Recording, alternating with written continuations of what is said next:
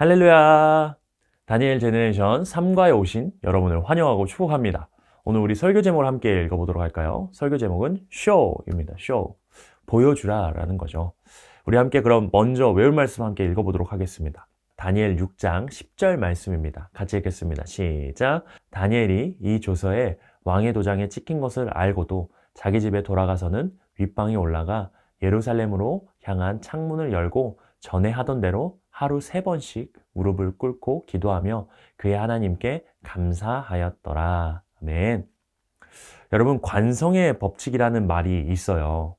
멈추어 있는 것은 계속 멈춰 있으려 하고, 움직이려는 것은 계속해서 움직이려 하는 그 성질, 그 법칙이 바로 관성의 법칙입니다. 예를 들어서 우리가 달리기를 했어요. 근데 달려가다가 갑자기 멈추면요, 하체는 멈추지만 상체는 앞으로 달려 나가려고 하죠. 그러다가 우리가 넘어지기도 하고요. 그렇게 밀리는 것은 우리 몸에 관성이 남아있기 때문입니다. 그런데 여러분, 우리 신앙에도요, 관성이라는 게 있습니다. 내가 어떤 하루를 또 어떤 한 주를 살아가느냐에 따라서 결정적인 순간에 나의 행동이 달라지는 거예요. 오늘 말씀을 통해서 우리가 살펴보고자 하는 게 2가지가 있는데요. 첫 번째는요, 자신의 뜻대로 살아가는 사람이 있었다라는 거예요. 우리가 첫 번째로 살펴볼 인물은요, 자신의 뜻대로 살아갔던 사람입니다. 바로 다리오 왕인데요. 오늘 본문은요, 다리오 왕이 다니엘을 얼마나 아끼는지를 기록하고 있어요. 14절 말씀을 한번 읽어보겠습니다. 같이 읽겠습니다. 시작! 왕이 이 말을 듣고 그로 말미암아 심히 근심하여 다니엘을 구원하려고 마음을 쓰며 그를 건져내려고 힘을 다하다가 해가 질 때에 이르렀더라. 아멘. 그는요, 심히 근심하고 금식하고 잠자기를 마다할 정도로 지금 심각하게 다니엘을 걱정하고 있어요. 그런 생각이 목사님 들었습니다. 그럼 이 일을 멈추면 되지 않나? 그런데 근심하긴 하고 금식도 하고 나름 진심으로 다니엘을 위하기는 하는데 정작 다니엘을 향한 처벌은 멈추지 않았습니다. 그는 관성대로 계속 가는 것이죠. 물론 법률적 압박이 있었습니다. 자기가 찍은 도장이 있고 자신의 선조들로부터 대대로 지켜온 법령이었기 때문에 그것을 거스르는 일은 쉽지 않았을 것입니다. 또한 정치적인 압박도 있었을 거예요. 다니엘을 제외한 총리들과 고관들은 다 그를 제거하려 했기 때문입니다. 그들의 마음을 얻는 일 또한 너무나 이 왕에게는 중요했어요. 또한 이 일이 이렇게 되리라는 것을 예측하지 못한 본인의 잘못도 있었기 때문에 이 일에 책임을 져야만 했던 것이죠. 그러니 이러한 이유로 다리오는요, 명령을 바꿀 수 없다라고 생각을 하고요. 자신이 너무도 아끼는 다니엘을 포기할 수밖에 없던 것입니다. 상황상 어쩔 수 없다고 판단한 것입니다. 눈 딱 감고 사자굴에 그 다니엘을 던져버린 것입니다. 그런데 여러분, 진짜 바꿀 수 없었을까요? 목사님 말씀을 묵상하면서 계속해서 남아있는 생각은 이것이었습니다. 진짜 다니엘을 살릴 방법이 없었을까? 그가 다니엘을 포기하고 관성을 쫓았던 결과적인 이유는 내가 내 손에 쥔 것이 영원할 것이라고 생각하는 착각 때문이었다라는 생각이 들어졌습니다.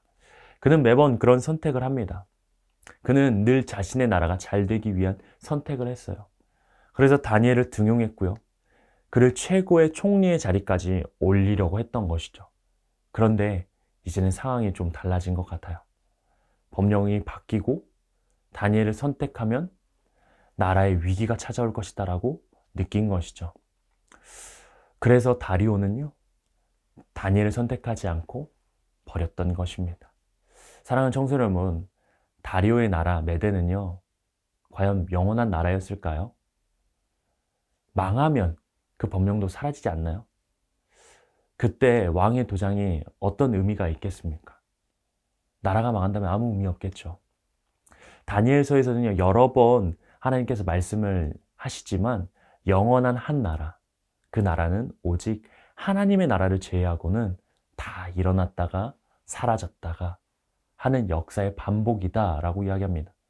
그런데도 그 역사에 속해 있는 이 나라가, 역사에 속해 있는 이 왕이 그게 더 중요하고 자신의 나라가 영원할 것처럼 보이는 것이고 권력에 취해서 진정한 영원한 나라를 보지 못하는 것입니다. 그것을 선택한 관성에 끌려갔던 것이죠.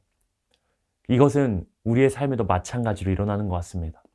우리는요, 영원하지 않은 것을 영원한 것처럼 여기고 계속해서 쫓아가는 그 관성이, 그 신앙의 관성이 우리 안에 있다라는 것이죠.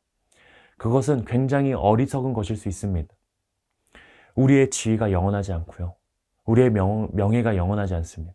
우리의 돈이, 물질이, 우리의 건강이 영원하지 않습니다. 여러분, 영원한 것은 오직 하나, 하나님 나라, 하나님 한 분이신 줄 믿습니다.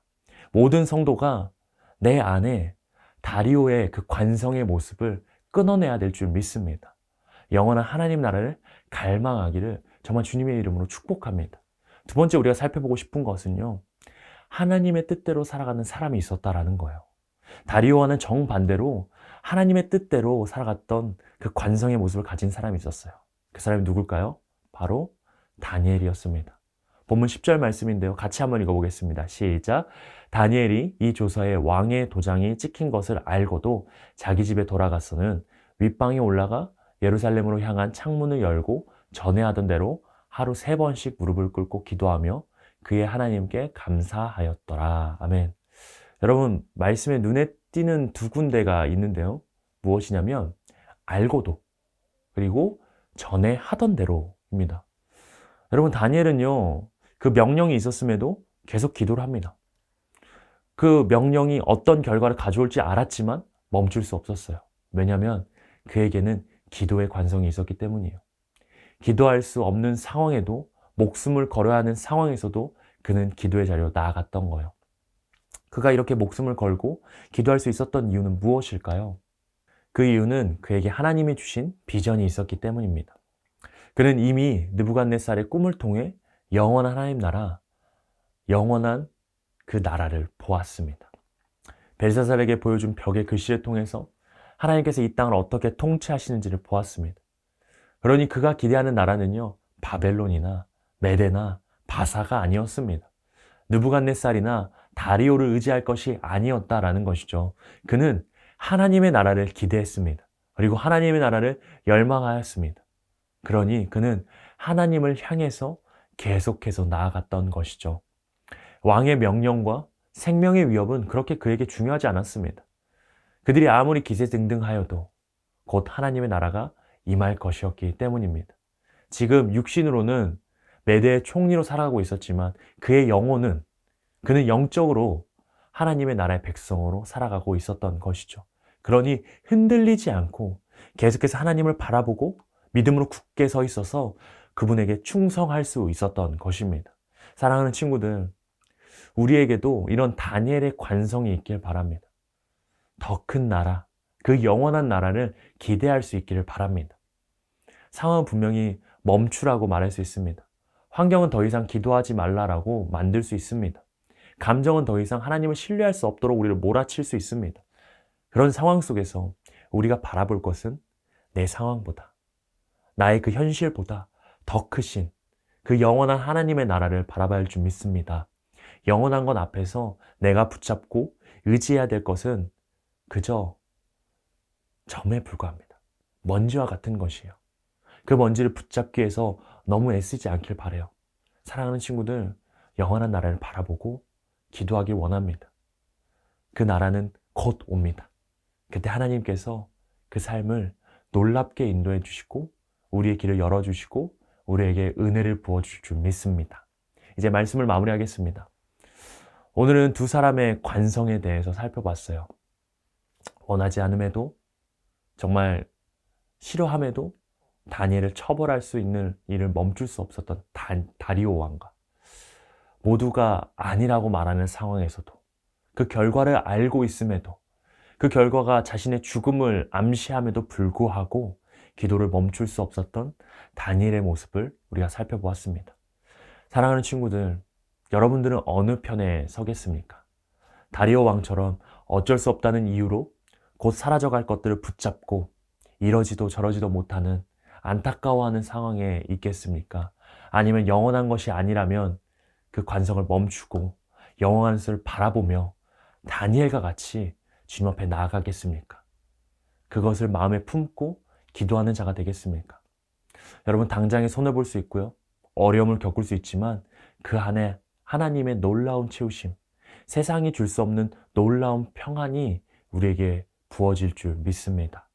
그렇게 다니엘처럼 나아갔었을 때 그러한 은혜가 저와 여러분의 심령 안에 가득하기를 정말 축복합니다. 그럼 우리 친구들 세상 가운데에서 다니엘과 새 친구들처럼 멋지게 살아가는 친구들 되길 바랍니다. 그럼 다음번에 또 만나요. 안녕.